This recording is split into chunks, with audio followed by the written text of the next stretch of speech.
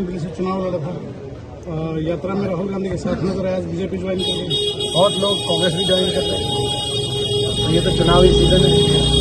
चुनावी सीजन में हर रोज आपको कोई कहीं से कहीं ज्वाइन आपको दिखाई देंगे। आपके प्रतिद्वंदी कहते हैं कि भूपेंद्र हुड्डा रहते हैं। किस बात से? राज्यसभा और दोनों हाथों में लड्डू रखना चाह रहे हैं। देखिए, ऐसा है, मैं जो है जो अब ये कहने के बाद तो कोई शब्द का इस्तेमाल कर लो।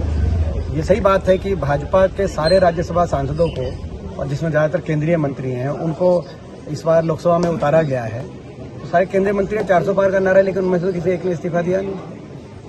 सारे केंद्रीय मंत्री, पीयूष गोयल से लेकर और भूपेंद्र यादव जी तक सारे राज्यसभा में हैं, टर्म बची हैं। लेकिन उन सबको, जितने के भाजपा के राज्यसभा के सदस्य थे, केंद्रीय मंत्री थे, सबको उतारा गया है।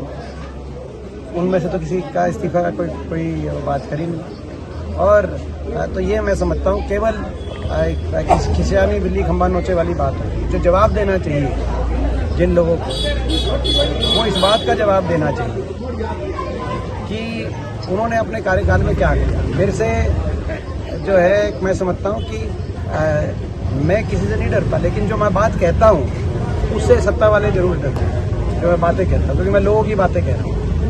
मैं कह रहा हूँ कि कहाँ थे 5 साल 10 साल। मैं इनसे सवाल पूछ रहा हूँ कौन से विकास कार्य कराए, एक विकास कार्य का नाम बताओ। मैं पूछ रहा हूँ कि आपके क्या संसद में आपकी क्या परफॉर्मेंस रही, उसके बारे में आप बताओ। तो मगर कोई जवाब नहीं मिलता। तो अब ये बात, और दूसरी बात फिर कहेंगे कि कांग्रेस वाले चुनाव में जो है चुनाव से पीछे हटते हैं। और मैं, आप तो जानते हैं, तो साक्ष्य इस बात का कि लगातार 5 वर्ष से हर बार जब भी आपने सवाल पूछा, मैंने कहा कि निश्चित तौर से हाईकमान का आशीर्वाद मुझे मिलेगा और मैं चुनाव लड़ूंगा रोहतक लोकसभा क्षेत्र का। 5 साल में लगातार एक दिन भी मैंने ये नहीं कहा कि मैं सोच के बताऊं।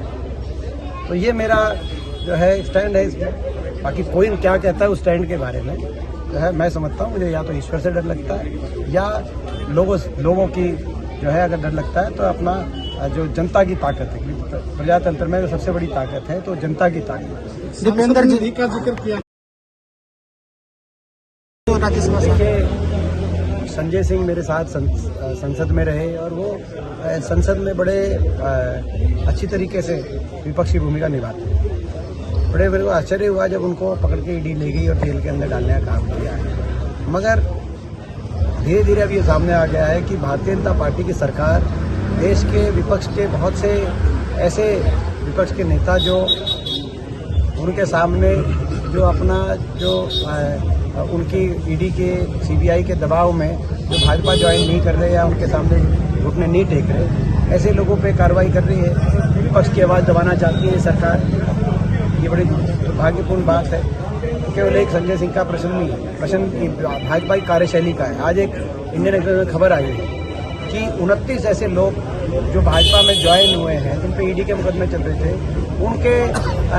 उनमें से 27 लोगों के मुकदमे भाजपा में ज्वाइन होने के 1-2 महीने के बाद वापस ले लिए गए हैं। इसमें अजीत पवार, प्रफुल्ल पटेल, नारायण राणे, जो है अपना मुकुल रॉय, इस तरह के बहुत से, हेमंत जो है शर्मा जो अपना चीफ मिनिस्टर है, इस तरह के बहुत, अपना कुलदीप बिश्नोई, बहुत से ऐसे साथ हैं, शामिल हैं। तो ये एक बड़ी, मैं समझता हूँ कि किस तरह की राजनीति हो रही है देश में कि बड़े से बड़े मुकदमे विपक्ष पे लगाओ और विपक्ष को ज्वाइन कराओ, मुकदमे वापस हो, और जो उनके सामने घुटने ना टेके उस पर कार्रवाई आगे बढ़ाओ। तो ये अच्छा नहीं है, लोकतंत्र के लिए अच्छा नहीं है। पूरा देश देख रहा है कि भाई ये भाजपा किस तरीके से विपक्ष का गला घोटने का प्रयास कर रही है, लेकिन ये सफल नहीं होंगे क्योंकि विपक्ष की आवाज़ दबाई नहीं जा सकती, कांग्रेस पार्टी की भी आवाज़ दबाई नहीं जा सकती और हमारी आवाज़ भी दबाई नहीं जा सकती। अंतर्राष्ट्रीय बॉक्सर हैं विजन ज्वाइन कर ली। पेच यहाँ फंसा हुआ है कि उन्होंने अभी तक जो मंत्री हैं उनका मंत्रिमंडल में ही बने हुए बिजली मंत्री, उनका इस्तीफा मंजूर नहीं किया है स्पीकर ने, और अभी पे जो मंत्री हैं। देखिए, ये मैं समझता हूँ कि ये तो एक नैतिकता का ये पैमाना है, राजनीतिक हर मापदंड का नैतिकता का पैमाना है कि अब मंत्री रहकर उम्मीदवार ना रहें, तो अपना, मैं समझता हूँ, स्वयं इस पर फैसला लेना चाहिए। स्पीकर ये कहते हैं कि मेरे पास अभी वो नहीं आया है, सिर्फ मेरे को सुना गया है।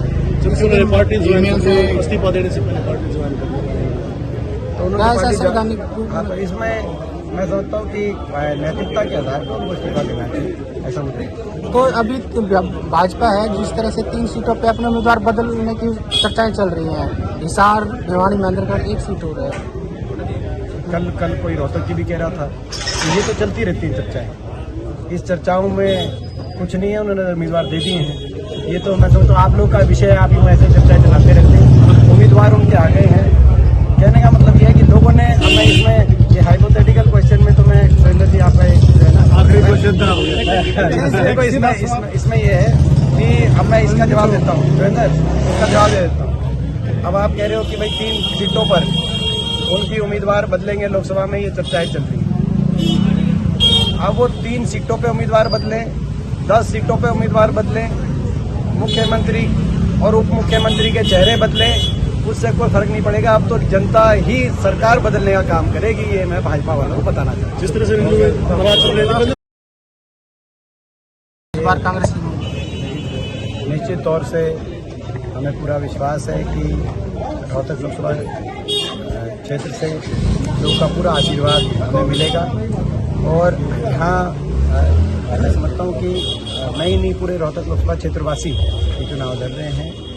यहाँ से कांग्रेस पार्टी जीतेगी और वो जीत केवल एक सांसद बनाने की जीत नहीं होगी, वो जीत हरियाणा की अगली सरकार बनाने का नींव रखने का काम करेगी। और ना सिर्फ रोहतक, पूरे हरियाणा के अंदर आज लोगों ने एक परिवर्तन का मन बनाया है, क्योंकि 10 साल की जो सरकार रही है उस सरकार में हरियाणा आज बेरोजगारी में, अपराध में, नशे में, आज भ्रष्टाचार में, महंगाई में आज हरियाणा आगे गया और विकास की पटरी से उतरा है। आज हर वर्ग परेशान है। बदलाव के लिए लोगों ने मन बनाया है। हरियाणा में निश्चित तौर से, प्रदेश में भी चौधरी भूपेंद्र सिंह हुड्डा जी के नेतृत्व में, चौधरी उदय भान जी की अध्यक्षता में कांग्रेस पार्टी की सरकार बनेगी और लोकसभा चुनाव में भी 10 की 10 सीटों पे कांग्रेस गठबंधन का बहुत अच्छा प्रदर्शन रहेगा, ज्यादातर सीटें कांग्रेस जीतेगी। कल अभय सिंह चौटाला रोहतक अरविंद नहीं बनने देना है, इसको राहुल वर्सेस मोदी रखा जाए। क्या मानते हैं, ऐसा क्यों कहा गया, क्या डरते हैं? ये मैं समझता हूँ कि जो स्टेटमेंट है ये अपने आप में, इस चुनाव में भाजपा अपनी पराजय स्वीकार कर रही है, क्योंकि वो कह रही है, वो कहीं ना कहीं इस बात को स्वीकार कर रहे हैं कि जो उनके प्रत्याशी हैं उनके प्रति लोगों में नाराजगी है, और ये बात को स्वीकार कर रहे हैं कि कहते कांग्रेस की तरफ से मैं जब एक प्रत्याशी के रूप में, तो उनको लोगों को जो है वो कैसे नहीं होगा कि कह रहे हैं कि बीजेपी के आप कह रहे नेता कह रहे हैं कि दीपेंद्र वर्सेस अरविंद ये चुनाव ना बनाया जाए। वो तो जब हम प्रत्याशी होंगे तो क्यों नहीं बनेगा। अब हमारे इस बात को कैसे नकारा जा सकता है कि मैं यहाँ से प्रत्याशी होऊंगा और वहाँ बीजेपी ने प्रत्याशी अरविंद शर्मा जी को बनाया है, तो इस बात को झुटला तो नहीं सकते। तो उन्होंने ऐसा लगता है इस स्टेटमेंट के माध्यम से अपनी हार स्वीकार। दीपेंद्र जी का आखिरी सवाल, गाड़ी में राजकुमार सैनी का था, उतना ही भूपेंद्र सिंह हुड्डा का रहा है। देखिए, मैं उनकी कोई बात पे कोई जो है ऐसी कोई बयान कोई मैं टिप्पणी नहीं करता। साथ में उन्होंने ये भी कहा कि राजकुमार सैनी को मिलाने वाला भूपेंद्र सिंह हुड्डा ही है। मैं जैसे मैंने कहा, इस तरह की जो है टिप्पणियों पे मैं कोई जो है कोई जवाब नहीं देना चाहता। उस पर जो स्टैंड था, हुड्डा साहब ने स्टैंड स्पष्ट कर दिया है।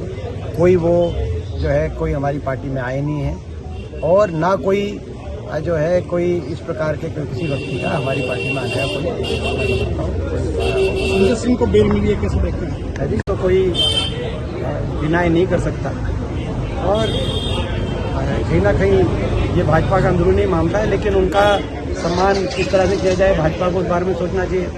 मैं समझता हूँ कि उनका वरिष्ठ नेता है, लेकिन उनका ये अंदरूनी मामला है, इस बारे में हमारा कुछ कहना उचित कर दी जाएगी। ये मत कहना कि सही समय पर लोगों में ऐसा अगर इनको बता रखा जवाब।